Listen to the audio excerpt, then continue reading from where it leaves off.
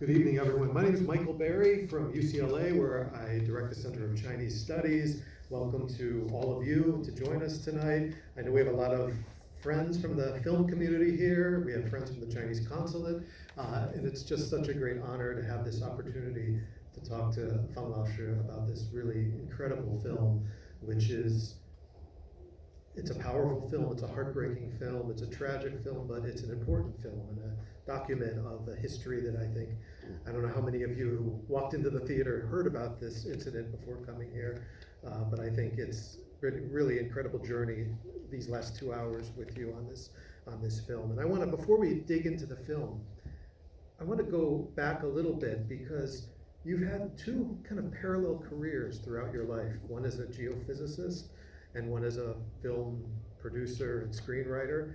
And your earlier films are kind of art house films, very different than this, but I feel with this, these kind of two parallel themes in your life come together. And I was wondering if you could talk about this kind of synchronicity of these two threads in your life and how they came together in this film.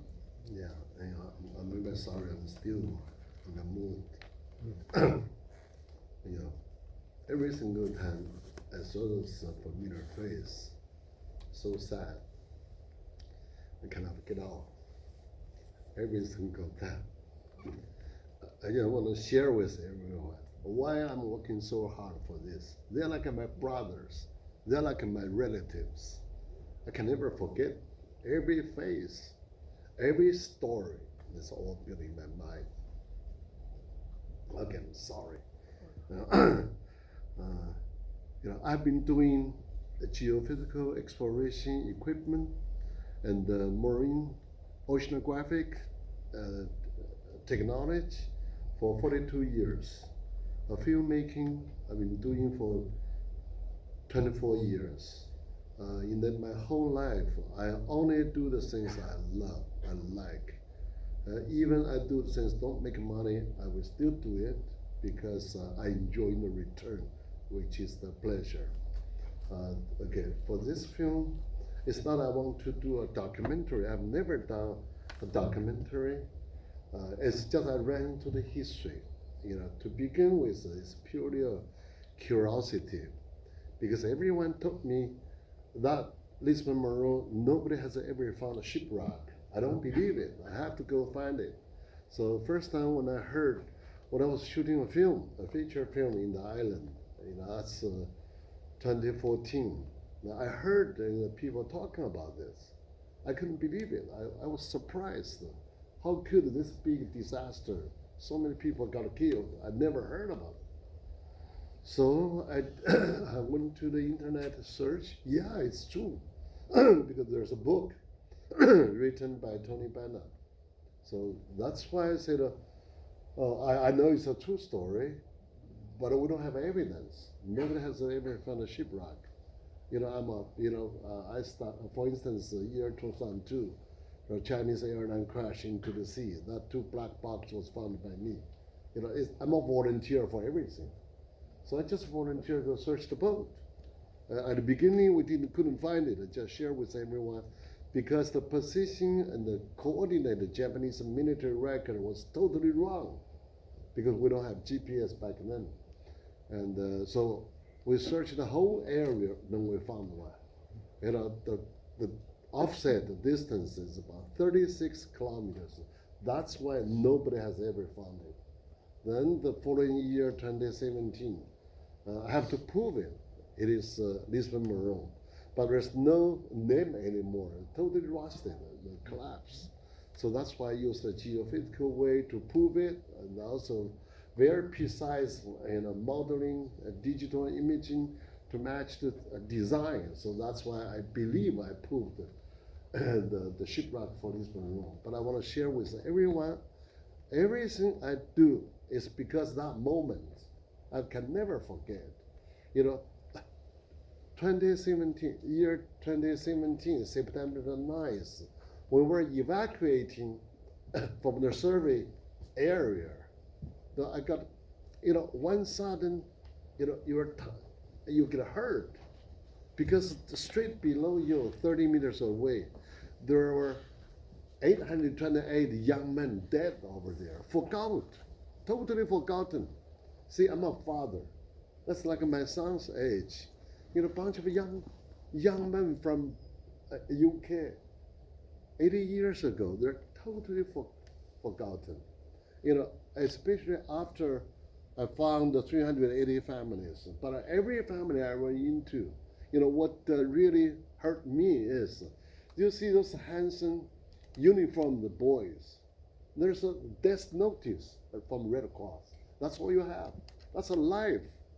So that's why you decided you want to tell the whole world why we make a big screen, because that's much more impact. People can receive the feeling. So that's why I decided. I told everyone, this is not a film project. This is my life commitment. I have never done one thing for 2,071 families. Okay, that's the answer. Thank you. Please hold the microphone closer. Okay.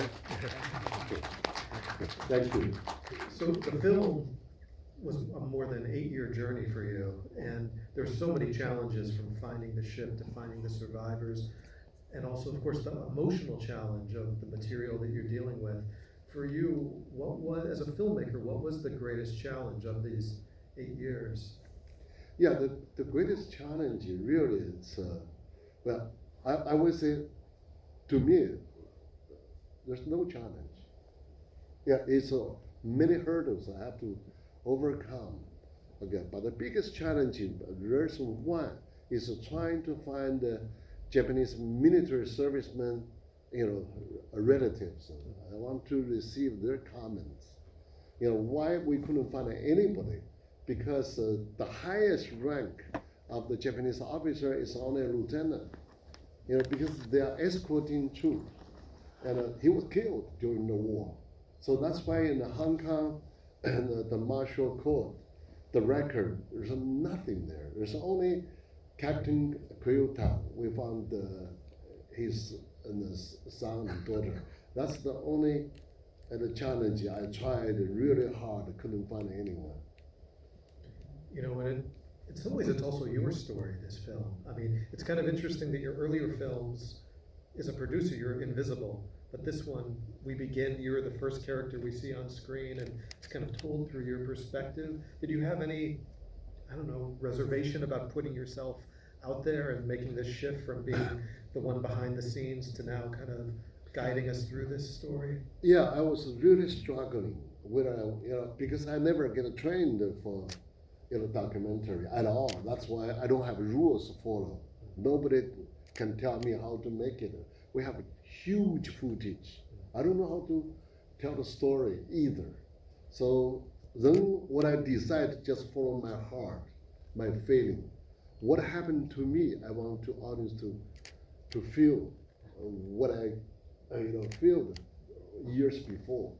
That's why I'm pretty much like a tour guide. Take everyone, you know, step by step, going to the history, going to the family.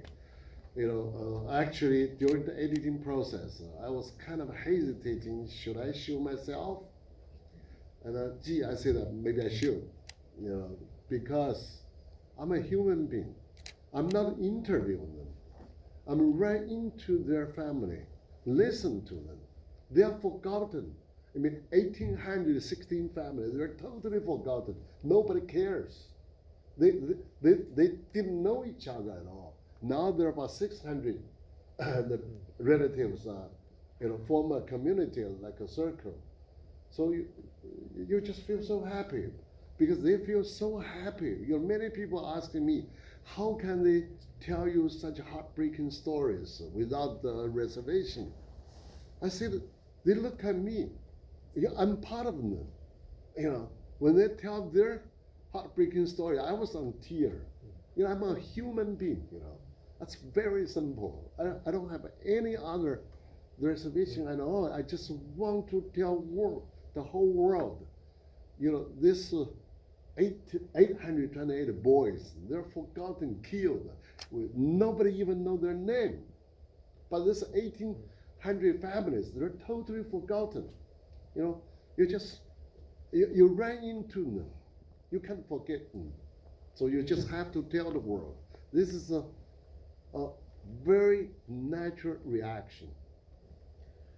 I'm curious, with all the footage you shot with such emotional weight to it, and families talking about lost loved ones, was there ever moments where you kind of went through a certain moral questioning? Should I show this? Or if somebody maybe revealed something that you had to kind of wrestle with ethical questions about what to reveal and what to maybe just leave out of the film? Yeah, it's a real difficult decision-making process. It took me 2 years for editing to sort out all the footage and decide. It's really, for instance, I still have one story always hurts me, but I have to cut out because when the vessel sunk during that moment, hope number 3, 220 soldiers and the gunners are singing a song sunk into the seafloor. But at the same moment, there's another gentleman called Harry Mays. He got stuck in the hole. The head, shoulder goes through, but the butt cannot go through, but he cannot go back. I interviewed Billingham. Billingham is his best friend. I've talked with Billingham's son and 2 daughters. They're telling me their dad for a lifetime keep talking about Harry Mays. Harry Mays is stuck in the window, in the hole. And when the ship goes into the water, he was escorting him. But once his head goes into the water, he sucked air, dive into the water, shake the hand, say goodbye. See, that's a very shocking story. But at the same time, I got 2 stories here. I saved that story until last July. By the way, share with everyone, last July, we did a trial screening in London at a BFI theater. But it's not BFI, so I rent their theater.